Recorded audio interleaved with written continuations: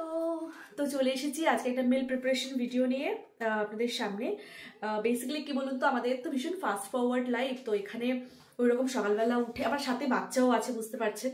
তো ওই সকালবেলা ঘুম থেকে উঠে সবজি কেটে, তারপর মশলাপাতি করে, তারপর ননভেজ যদি আমরা কিছু খাই, মাছ মাংস, সেগুলোকে কেটে ধুয়ে মশলা করে রান্না করে নিজেদের কাজকর্ম করতে ভীষণই মানে কি বলবো, অনেকটা টাইম কনজিউমিং ব্যাপার। তাই জন্য আমরা যেটা করে থাকি সেটা হচ্ছে আগে থেকে কিছু প্রিপারেশন করে রাখি। যেমন ধরুন কিছু ভেজিটেবলস আমরা কাট করে রাখি, তারপর কিছু মশলা সেগুলো করে রাখি, যেমন যেগুলো আমাদের লাগে বেসিক, যেমন আদা রসুনের পেস্ট করে রাখি, তারপর সর্ষে বাটা সেটা করে রাখি।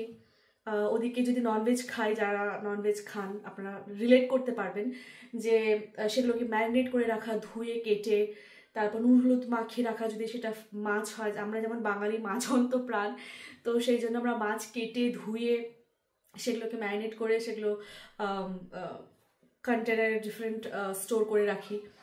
আর ওদিকে আপনারা তো জানেনই যে এখানে মাছ মাংস খাওয়া মানে সেগুলোকে সব কাটতে হবে, বড় বড় সব।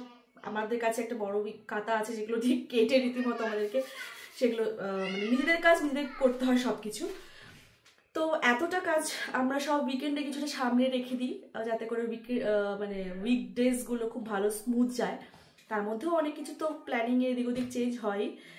তো আমি চটপট আপনাদেরকে দেখাবো যে আমি কি করেছি সপ্তাহের জন্য। দেখুন, আমি কিছুটা ব্রকলি, তারপরে ফুলকপি, কিছুটা মাশরুম, তারপরে কিছুটা এই গাজর, তারপরে একটু ওলকপি, আর এটা হচ্ছে সুইট পটেটো। মানে একটু সোমবার থেকে শুক্রবার আমরা জেনারেলি চেষ্টা করি হেলদি খাবার, তো আলুটা খাই না খুব একটা, তার পরিবর্তে আমরা খাই সুইট পটেটো।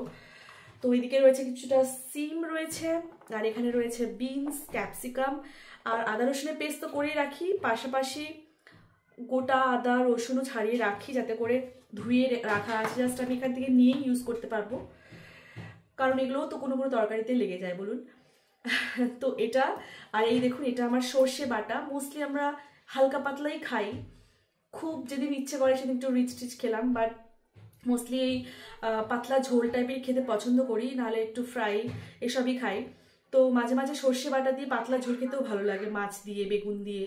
তো সেই জন্য সর্ষে পেস্ট করে রেখেছি। এদিকে এটা হচ্ছে আদা রসুনের পেস্ট।